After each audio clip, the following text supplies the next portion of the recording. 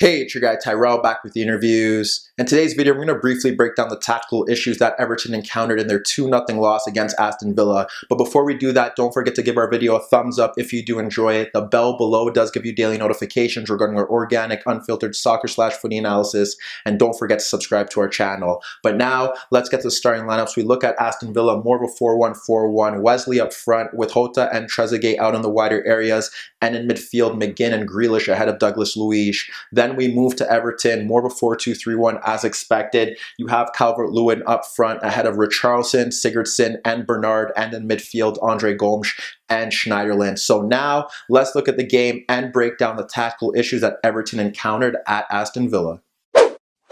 So when we break down Everton against Aston Villa, we look to Everton's shape, how they're looking to approach the game, because we know Villa are supposed to drop off a bit deeper here. And as they did, they moved more into a 4-5-1 without the ball. And when you look at Everton's setup, you kind of have to find a way of a route to goal to see how they're going to score these goals. And when you look at it, you have the wider players tucking in, where Richarlison's a wide forward. He wants to break into that space. Bernard's more of an attacking midfielder, so he's going to tuck in and look to break in behind when need be. Calvert-Lewin likes to play into the channels when he does have space, but because Aston Villa were dropping off, he really could only show for the ball or look to have a penalty box presence, but he wasn't really doing that. When you look at the midfield, what happened here was that Sigurdsson was trying to float into space, but once again, he was ineffective, and we'll get to why he was ineffective in a second. And you had the midfielders in Schneiderlin and Andre Gomes dropping off a bit deeper to either side of Wesley. Aston Villa allowed Mina and Keane to have possession and push forward, and that was based off the fact that they wanted to keep their shape, keep it compact, and with those two center midfielders in Schneiderlin and Gomes dropping off a bit deeper, that allowed space for Digne and Coleman to break forward. So they're attacking with 6, they're leaving 4 at the back, and they're really pushing Aston Villa's defenders to the limits here, because what's happening here is that you have Calvert-Lewin occupying the center backs. What happened now is that Coleman and Digne were pushing back Jota and Trezeguet, and what Everton, basically their attacking approach is that if they don't get anything through the wings, then they're not going to get anything through the center of the pitch, based off the fact that Schneiderlin and Gomes, when they drop off a bit deeper, they're not looking to penetrate this space right here in between the midfield and the defense, so they're not finding gaps, and they're looking to play out wide and trying to get those overlaps and those overloads down that wide area. But Aston Villa did a good job here. If it wasn't Trezeguet dropping off a bit deeper, we did see times where when Trezeguet was caught, you would see Grealish push over to ensure that there weren't any overloads. Jota was doing a good job to ensure that Digne wasn't pushing forward. So there were never any 2v1 situations. There were never any times where they were able to deliver quality crosses into the box. And that was pivotal to Aston Villa coping with Everton's main attacking threat. With that being said, if they can't get through to those avenues, how are they going to get through the center of the pitch? Well, like I said, Coleman and Schneiderlin dropping off deeper to get onto the ball. Whenever they did, they'd have McGinn and they'd have Grealish stepping to the midfielders to ensure that they couldn't play penetrative passes if need be.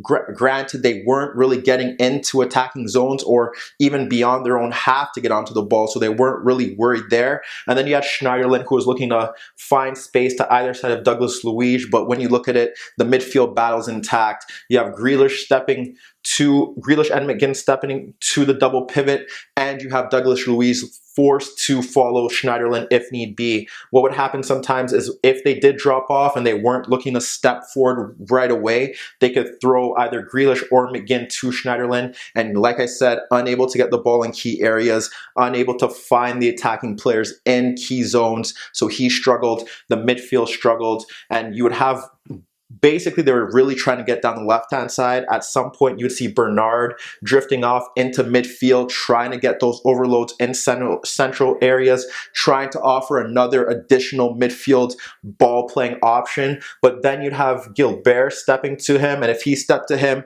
that would ensure that Jota had to go 1v1 with Digne. And there was a time in particular where we did see that play happen, where Keane played the ball out to Digne, it pulled out Gilbert, and you saw Bernard make make the run off Jota, who was caught narrow. But he tracked that run well. The pullback was cleared by an Aston Villa defender, and they didn't really struggle in that regard. So when you think about it, they only had one clear chance in that opening first half, and surprise, surprise, it does stem when finally either Schneiderlin or Gomes, this time it was Schneiderlin, clipping a ball over, taking a risk, trying to get that ball in behind. And what happens is that Bernard gets the ball on the left-hand zone. He cuts central. He squares it to Schneiderlin.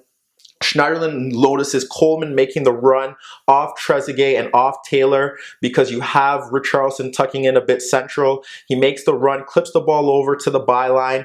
He's able to pull it back to Calvert-Lewin, who again dropped deep and then broke towards the box, but his shot from point blank range in the box was cleared off the line, and that was Everton's best chance. Tactically, when you look at how each role is kind of given, they struggle because if you, like I said, if they're not getting anything from the center of the pitch, which they're not getting any penetrative passes. Their number 10 isn't getting into zones where he could create, not varying his movement to drop off deeper and try to find those passes, then everything is down the wide areas. And if you face a side that's disciplined and can track those zones, then Everton are really struggling because they don't have a number 9 that could really offer a physical presence in that box, or they possibly do but haven't started him. And that was key there, was when you look at Aston Villa not really creating many chances and looking for their opportunity to break on the counterattack. And the difference between these two sides is that Wesley is the opposite or the contrasting figure of Calvert-Lewin because he's willing to make runs into those channels.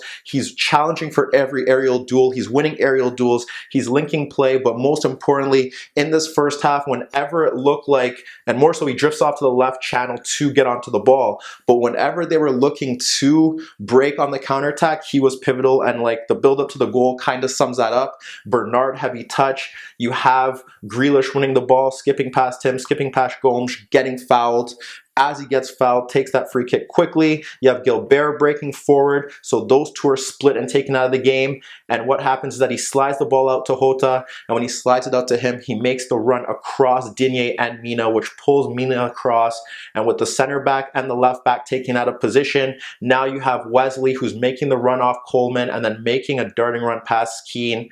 Pokes it in between that space, 1-0. Simple as that. Simple, good run from Gilbert to take Mina out of the game so that he can't anticipate that run. They have the space there. Wesley makes a great run across. As simple as that. Shortly after that, simple mistake from Everton again. Mina nodding the ball into the path of Jota. And he, once again, we see the run of Wesley making it across the center backs. This time Mina tracks it well. He makes the block. But again, you're having your center forward making those runs. They're making mistakes, and Villa are quickly pouncing onto it and ensuring that they hit in transition, and Everton were struggling to really cope with that threat. Whereas we moved to the second half, we saw Marco Silva finally make a change in the opening 15 minutes. He brought on Moises Kean, he brought on Iwobi. They moved to more of a 4-4-2, but Everton still had the same issues, which was that the fact that they couldn't get service into their attacking players. Although they had two forwards up front in the box, what happened was that Villa did drop off a bit deeper, and they weren't getting supplied to them, and they weren't being direct, which didn't make sense given the fact that at some point you're going to want to get deliveries into those zones if you have two forwards up front. So that wasn't working for them. Iwobi tried to vary his movement by dropping off a bit narrow to try and pull Digne forward, but Aston Villa were still organized in those wider areas, and those two never really had a positive combination down the left-hand side. So that wasn't working for Everton, and the same issues applied for them. Schneiderlin and they had Gomes a lot of time on the ball, not looking to find those passes. Gomes struggled throughout. Schneiderlin wasn't being as effective as possibly he could be. And oddly enough, it's just like the first half. Their best routes to goal was when Gomes or Schneiderlin, more so Gomes because he created the better chances in that second half, went long. We look to one. Clips it over Jota, clips it over Gilbert. It falls to Digne, pulls it back for Iwobi, gets a shot on goal, but it's blocked. But just again, finally going long, rather than just pushing the ball sideways, not looking to play that pass in between the lines.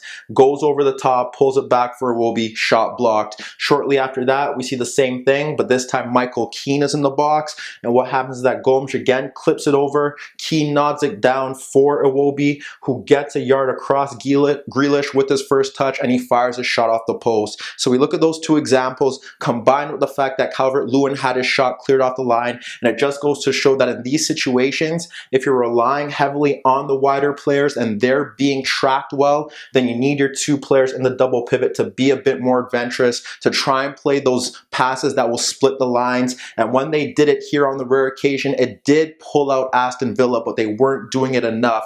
When we think about any other route to goal that they could find, well, like I said, Iwobi was trying his best and he was involved in those two opportunities.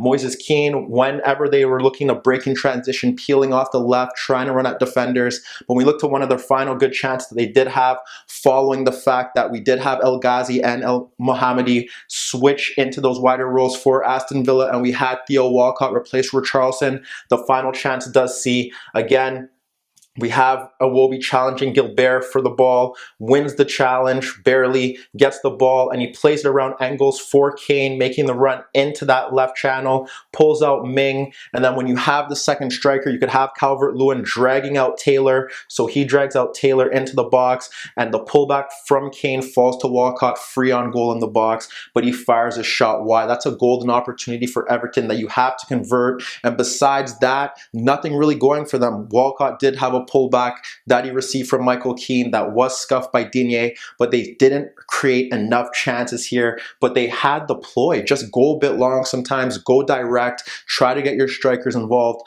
And if they did that more often, if Gomes and Schneiderlin did often look to find that pass, perhaps Everton would at the bare minimum got a point here. Whereas for Aston Villa, when they saw that that was the way that Everton were approaching the game, it was very simple for them. Ensure that the wider players did their jobs, have McGinn and Grealish step out to the center midfielders when need be, and at the back they weren't really tested because balls weren't going into the center forwards, and then they get the winner. And once again, it stems from Wesley being able to do what Calvert-Lewin and Moises Kean weren't doing, and that's win a long ball against Kean and against Schneiderlin, break past them, slide the ball into McGinn, who runs at Schneiderlin and Gomes before he waits for El Ghazi to make the overlapping run, beats Gomes, slides the ball past Pickford. 2-0 Aston Villa, first Premier League win since 2016. And Everton here, they kind of had their tactics exposed, and the issues that they have with their personnel that Marco Silva will have to fix. But let me know what you guys think. After seeing this performance, do you think Everton will finish in the top 6 or challenge to finish in the top 6? And what about Aston Villa? Big win here, but can they avoid a relegation battle? Meet me in the comments below. Don't forget I upload videos every day, and don't forget to subscribe to my channel. If you like this video, give it a thumbs up. And that was your daily dose of the interviews.